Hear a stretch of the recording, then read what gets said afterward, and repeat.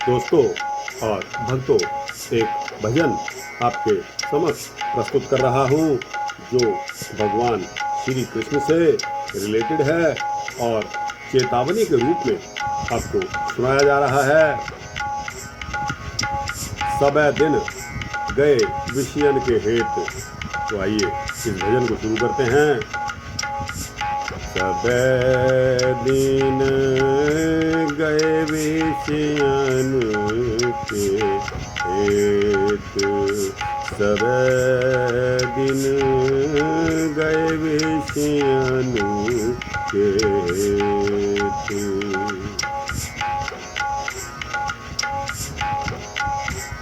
तीनों पन ऐसे ही बीते। तीनों पन ऐसे ही बीते। केस भये सिर सेत गए। सबे दिन गए विषयन के हेत। सबे दिन गए विषयन के हेत।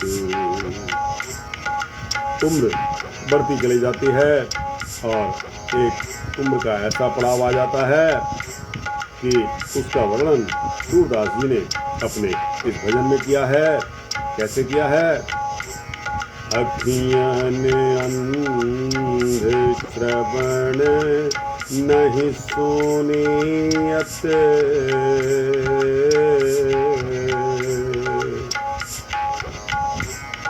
अखियन अंध श्रवण नहीं सुनियत।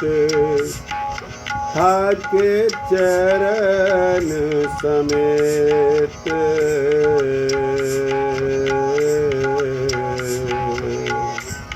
ठाके चरण समेत।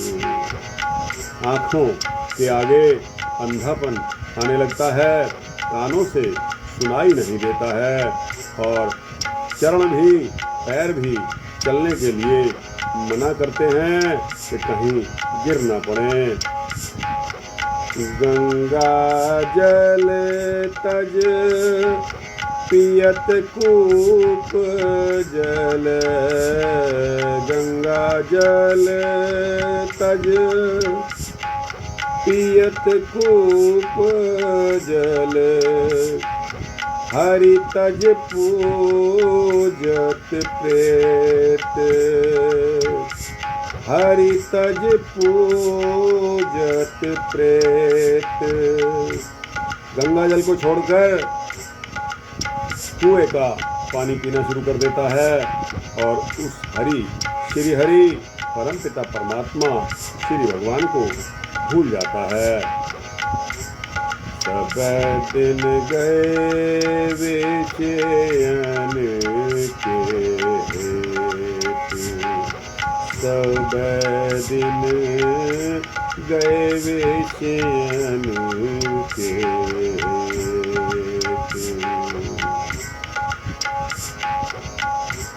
उम्र बढ़ती चली जाती है, न जाने किस पड़ाव पर अंतिम श्वास हो, कब श्वास निकल जाए और यह शरीर अपने पांचों तत्वों में लीन हो जाए। राम नाम बिन क्यों छूटोगे। राम नाम बिन। राम नाम बिन क्यों छूटोगे। चंद्र गहे जो केत। चंद्र गहे जो केत। सूरदास कछु खर्च न लागत। सूरदास कछु खर्च न लागत, राम नाम मुख लेत,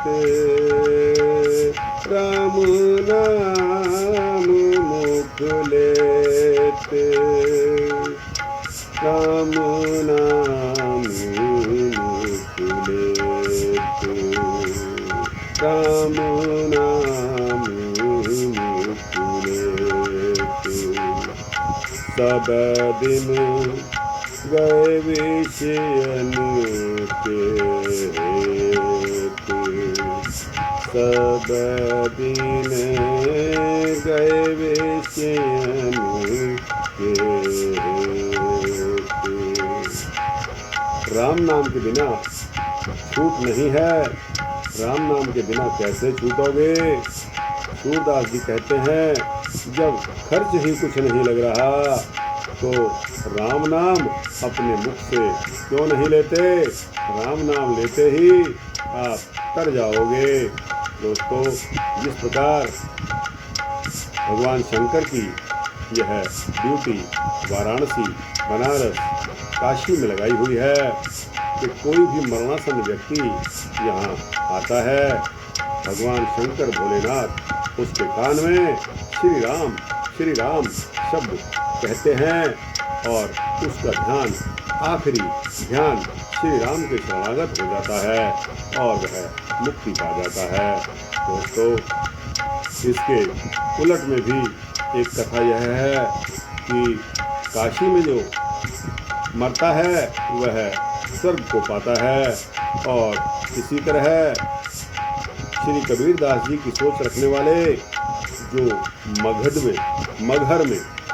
मगहर में कहते हैं कि जो कोई मरेगा वह गधे की जोन में जाएगा, लेकिन कबीर साहब बहुत ही ओपन माइंडेड, खुले विचारों के और पहुंची हुई आत्मा थे। उन्होंने कहा कि जब मैंने सारी उम्र कोई गलत काम नहीं किया, मेरा हमेशा ही उस परमपिता परमात्मा की तरफ ध्यान रहा है, तो मैं कैसे गधे की जोन में जाऊंगा। चलिए ठीक है, मुझे मगर ही मंजूर है। इसलिए अपने अंतिम दिनों में कबीर साहब मगहर चले गए और उन्होंने वहाँ अपने अंतिम दिनों में अपने अंतिम श्वास लिए। मगहर में गोरखपुर के पास लगभग 12-13 किलोमीटर गोरखपुर सिटी से दूर है, जो कि कबीर साहब की, जिसका नाम आजकल संत कबीर नगर रखा गया है। तो दोस्तों, कभी आपका समय मिले, मौका मिले तो जरूर जाइए।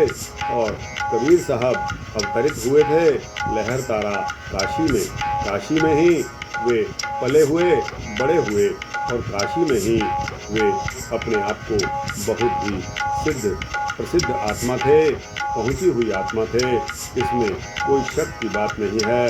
दोस्तों, पंडितों के साथ में उनका हमेशा टसल रहता था। अब क्योंकि वो मुस्लिम घराने में पले थे, लोग उनको मुस्लिम समझते थे, लेकिन वो मुसलमानों के बहुत ही विरुद्ध थे।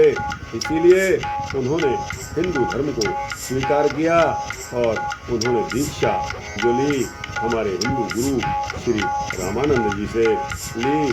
बेशक कबीर साहब कितनी ही पहुंची हुई आत्मा थे, उन्होंने अपना गुरु श्री रामानंद जी को बनाया।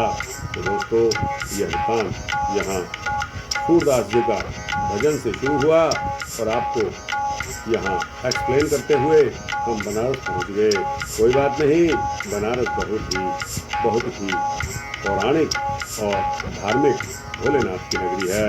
दोस्तों, वहाँ ज्योतिर्लिंग भी है, कभी आप जाइए तो भोलेनाथ के दर्शन अवश्य कीजिए। बिना भोलेनाथ के दर्शन के आपका बनारस, वाराणसी, काशी का जो सफ़र है वह अधूरा माना जाएगा। जय श्री भोलेनाथ जी की, जय श्री राम, जय श्री सूरदास जी महाराज, जय श्री कृष्णा, जय श्री राधे कृष्णा।